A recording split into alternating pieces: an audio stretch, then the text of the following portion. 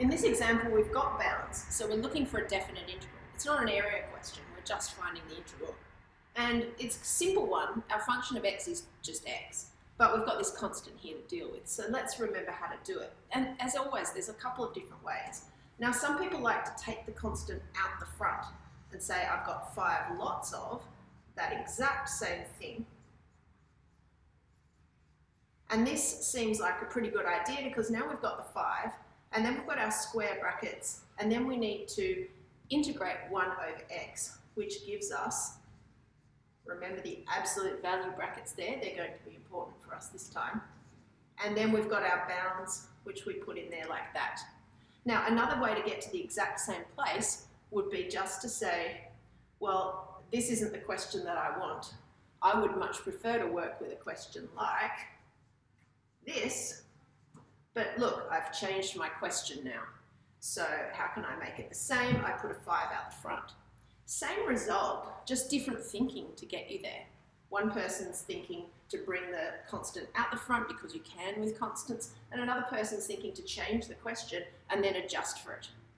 When we have a more complicated one, that second idea of changing the question and adjusting for it is actually quite smart, and that's the best sort of thinking, I think. All right, so continuing on from there, we need our 5 every time, and now we need round brackets. We need to sub in our -1. Now you can do this step in your head if you like so that your working's not too clunky. I know that if I put -1 in absolute value brackets, it just makes it 1. So I'm just going to write 1 down. Other people might put a -1 with the absolute values and then on the next line write the log of 1. But I think that just looks quite messy. And if there's some things you can do in your head, you might as well go ahead and do them. And now you've got working that looks a little bit more straightforward. Now I need to subtract the subbing in of -2. And when I put -2 into absolute value brackets, what do I get? 2. So I'm just going to write the 2 down. To me, that keeps it nice and simple. Now, logs are very malleable. How much should you fiddle with them to decide that you're finished? This is actually reasonably straightforward, but can any part of it be simplified? Well, this part, anything to the power of 0 is 1. So this whole section here is actually 0. So what I've really got is I've got 5 lots of negative natural log of 2. And that's easier to write like this. Now, there's so many answers that are exactly the same. Don't spend all day going between them because you might make a mistake. Stop once you've got something that looks nice and simple. Another person here could easily have something like this, because using the power law, we can bring the -5 up. You could easily also leave the negative there, but just bring up the 5. Another person could say that's the negative natural log of 32. Another person's put it in their calculator and rounded it off to 3 decimal places. There'll be a whole heap of answers that are correct, but the one in the back of the book might not be the same as yours. So put it into your calculator if you're not sure, put yours into your calculator and see if they're the same. But don't waste time fiddling around. Stop once you get something that's pretty simple. And as always, it's best to have the log of a number that's as small as possible.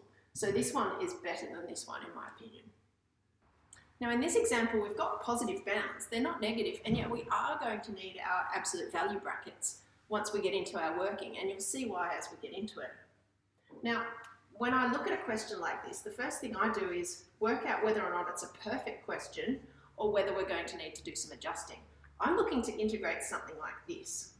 So if our function is 9 minus x squared, when I differentiate that, I get minus 2x. So I wish I had minus 2x on the top. I don't. Now the powers of x that I've got on the top are okay. It's just out by a constant, so I can adjust for it. And my first step is to rewrite the question as one that I wish I had and would be easier to do, and then adjust for it. Now I've gone and multiplied what I was given by -2. So to undo that, I can divide by -2. And the easiest way of doing it is just putting -2 on the bottom of a fraction out here, so that I've got those two numbers cancelling out, and this is exactly the same as that, but easier to do. Now a negative on the bottom is exactly the same. This is -1/2, whether we write the negative there, or up here, or just floating out the front of the half. So write your negative wherever you want.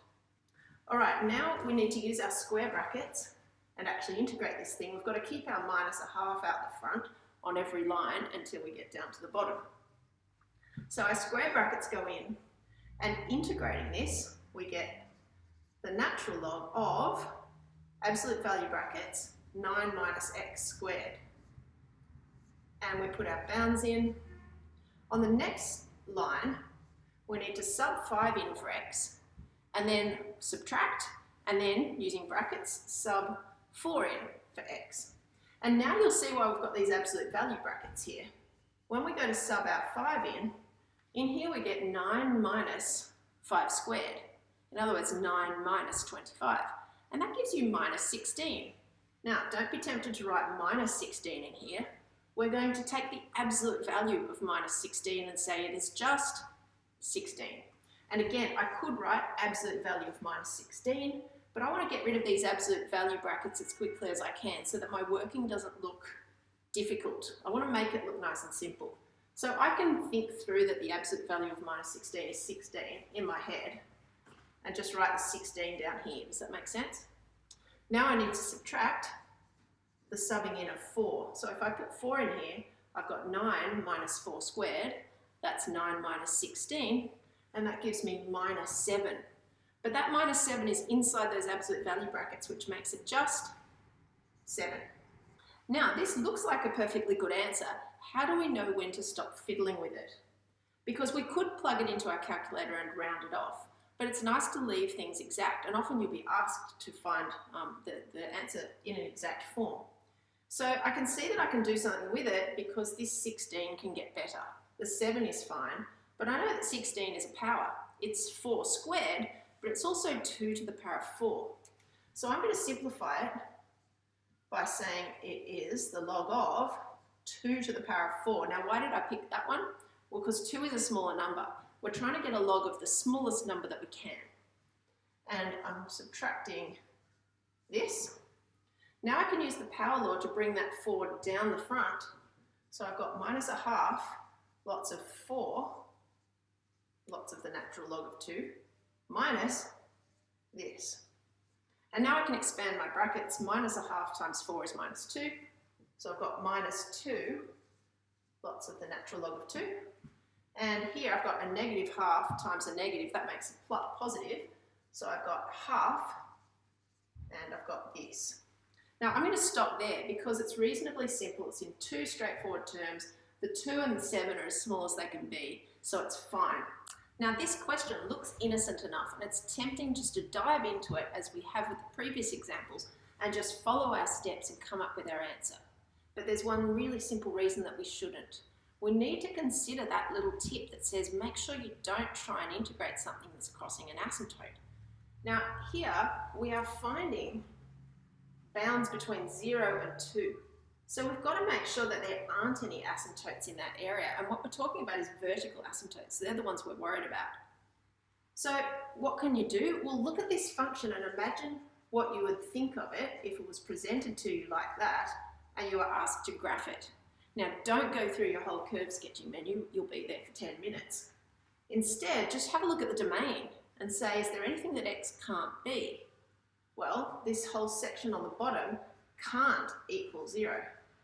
If it does, it'll be undefined there and you'll have an asymptote. So obviously 1 minus 1 is 0, so x cubed can't be 1, all right? So that means that x can't actually be 1. So we've got a great big asymptote there, and we've been asked to integrate straight across it. And this little bit of thinking that I've just done here is saving me a heap of time. This is a trick question, and it actually can't be done. So we can't find this integral, and then you'd write a reason because the bounds are crossing a vertical asymptote.